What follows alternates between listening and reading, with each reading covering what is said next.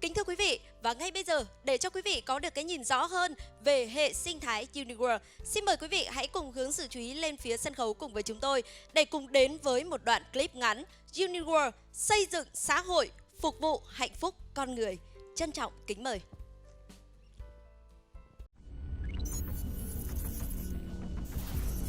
Hệ sinh thái Uniworld xây dựng xã hội, phục vụ hạnh phúc con người. Uniworld là một hệ sinh thái AI và blockchain với tầm nhìn đưa công nghệ đến gần hơn với cuộc sống của con người và nâng cao mức sống ở mọi nơi.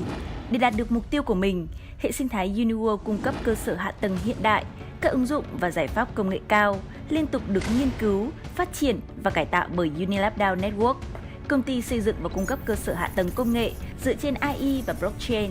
Các sản phẩm và dịch vụ của hệ thống sinh thái Uniworld là những viên gạch xây dựng nên xã hội 5.0 như Unibot, Unimi, Unichain, Unifund. Hệ sinh thái Uniworld, tiền thân từ Unilab DAO Network, được xây dựng từ năm 2013 do một nhóm các kỹ sư đang làm việc tại các tập đoàn lớn hình thành. Năm 2015, có tên miền MIA cho diễn đàn kín về AI và đưa thêm lĩnh vực blockchain và công nghệ sinh học tổ chức. Năm 2016, Unibot Platform Virtual Assistant có mặt tại Việt Nam. Khi khái niệm Society 5.0 do nguyên Thủ tướng Nhật Bản Abe hình thành năm 2016, Unilab DAO chính thức có được kim chỉ nam và quyết tâm đưa những đam mê tới người dùng trong kỷ nguyên mới.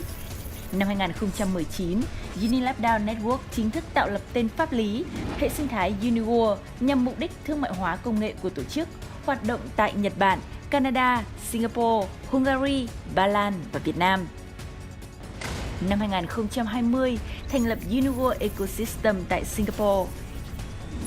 Hiện tại, trụ sở chính của hệ sinh thái Uniworld được đặt tại Nhật Bản với giấy phép đăng ký kinh doanh hợp pháp được chứng nhận bởi cơ quan có thẩm quyền Nhật Bản, nơi tuyệt vời cho bất kỳ loại phát triển blockchain nào, đồng thời cung cấp một nhóm tài năng phong phú cũng như các nhà đầu tư thông minh cho hệ sinh thái Uniworld.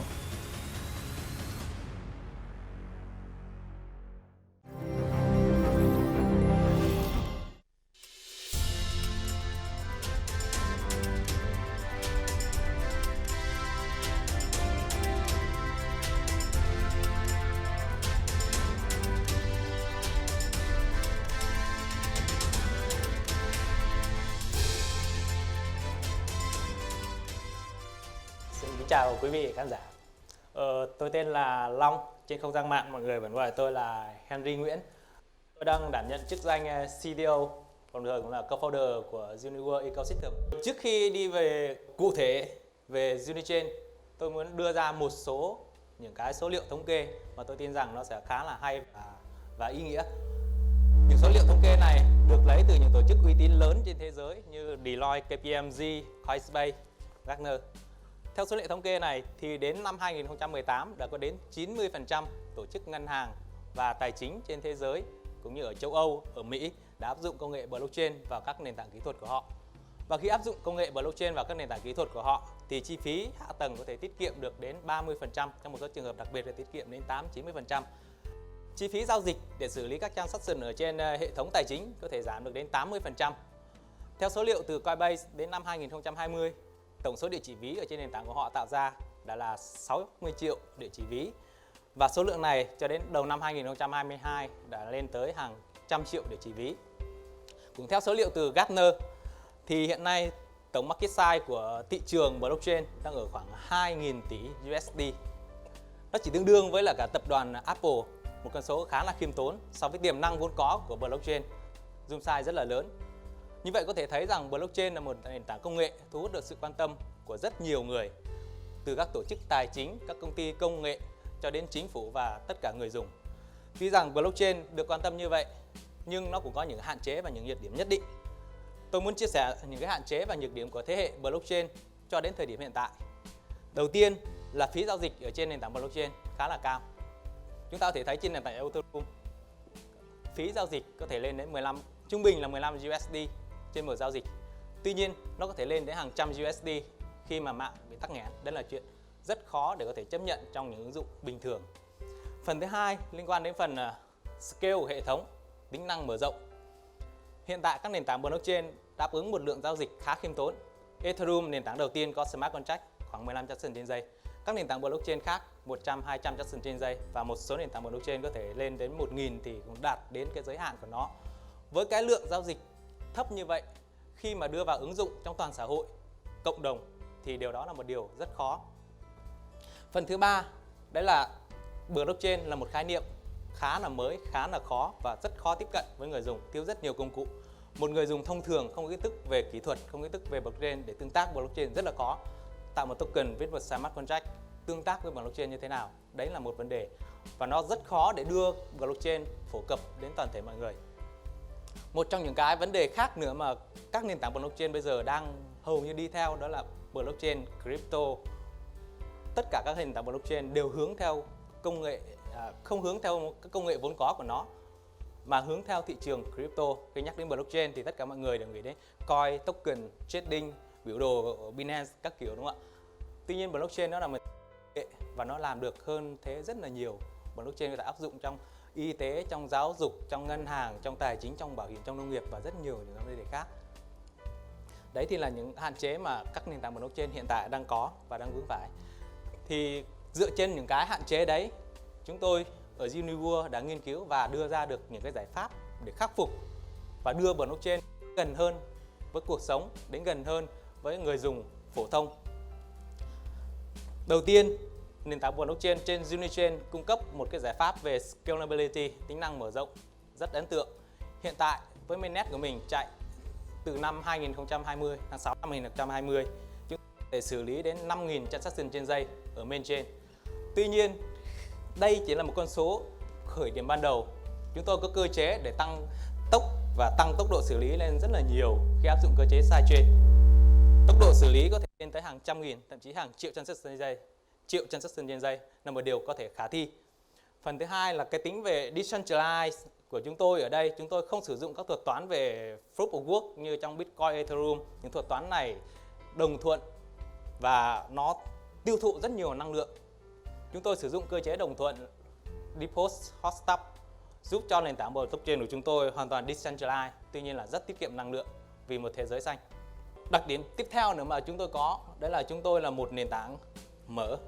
Chúng tôi kết nối với các nền tảng khác. Chúng tôi có Bridge Protocol, Cross Chain. Do đó những cái tài sản số của chúng tôi trên nền tảng blockchain Unichain có thể tương tác, connect đến các nền tảng blockchain khác như Ethereum, Solana hoặc là Binance Smart Chain chẳng hạn. Và cái chúng tôi luôn hướng tới đấy là hướng tới người dùng đầu cuối.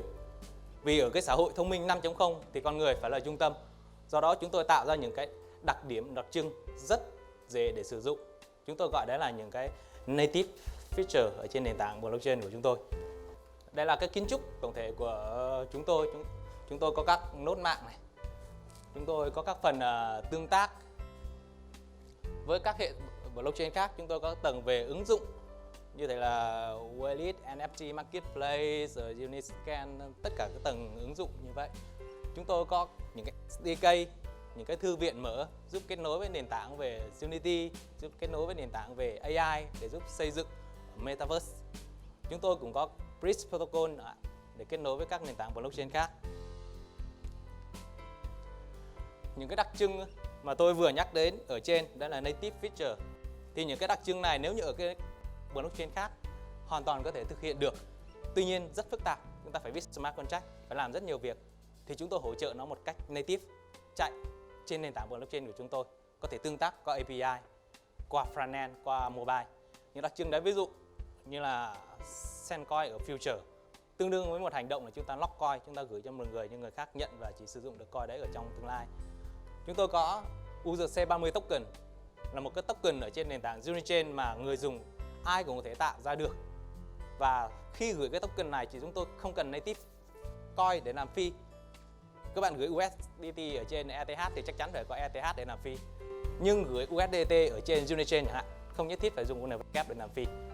Đấy là một trong những cái đặc trưng mà chúng tôi thấy nó rất là hay. Chúng tôi có những cái đặc trưng khác như có thể tạo ra native NFT, giúp cho mọi người có thể tạo ra những cái tài sản số của mình một cách đơn giản, trực quan. Và để thể hiện cho những cái tính hiệu quả, những cái đặc trưng duy nhất mà chúng ta có thì tôi sẽ thực hiện một cái demo tạo một cái token trên URC30 ở trên nền tảng Unichain. Thì tôi có thể nhờ một bạn khán giả bất kỳ nào ở trong hội trường của chúng ta được không ạ? Bất kỳ ai cũng được, các bạn có thể giơ tay. Mời bạn.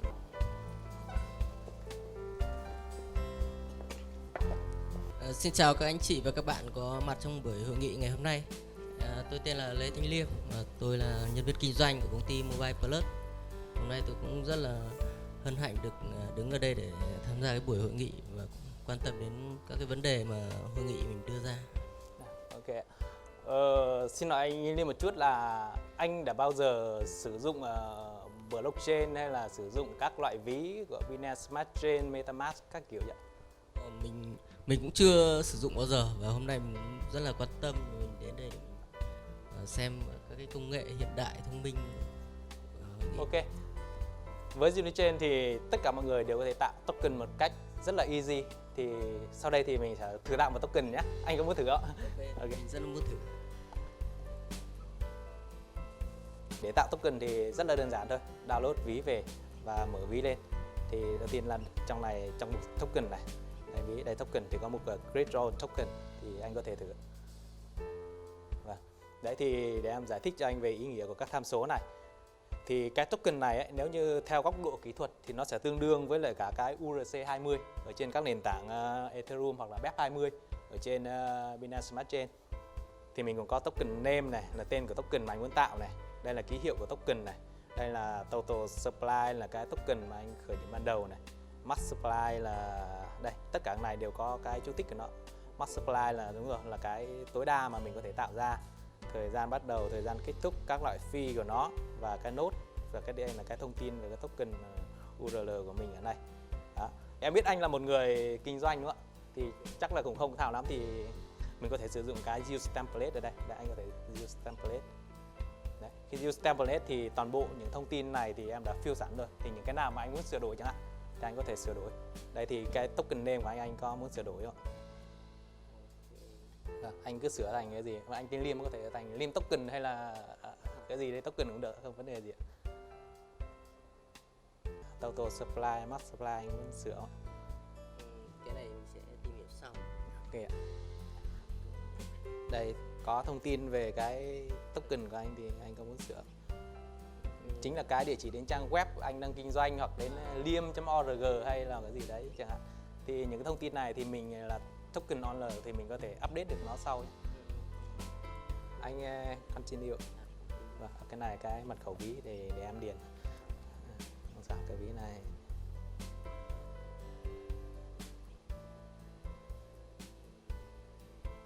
Rồi, anh confirm ạ.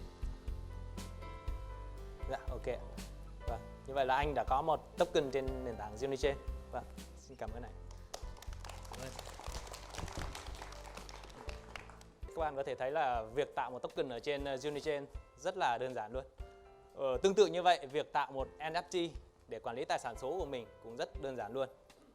Thì đấy là những cái đặc trưng mà Unichain có và tôi nghĩ rằng đó cũng là những đặc trưng mà khó có một nền tảng blockchain nào hiện có ở trên thị trường. Tiếp theo là tôi muốn trình bày thêm về những cái ứng dụng mà hiện tại đang được build ở trên Unichain. Thì Unichain vốn là một cái blockchain platform, một là layer 1 blockchain. Do đó nó support smart contract. Do vậy tất cả những ứng dụng về decentralized có thể chạy ở trên Binance Smart Chain, trên Ethereum thì sẽ chạy được hết ở trên Unichain. Nhưng tôi chỉ muốn nhấn mạnh thêm rằng những ứng dụng về tài chính phi tập trung, những ứng dụng về NFT, những ứng dụng giúp người dùng tạo token và quản lý tài sản số của mình thì đã được làm một cách đơn giản hơn, dễ dàng hơn cho người sử dụng đầu cuối. Chúng tôi cũng đang cố gắng tạo ra những kết nối để giúp cho Unichain phổ biến hơn ở trong thế giới Metaverse. Cụ thể là chúng tôi đã kết hợp với những cái công ty về AI, chúng tôi kết hợp với những công ty về 3D.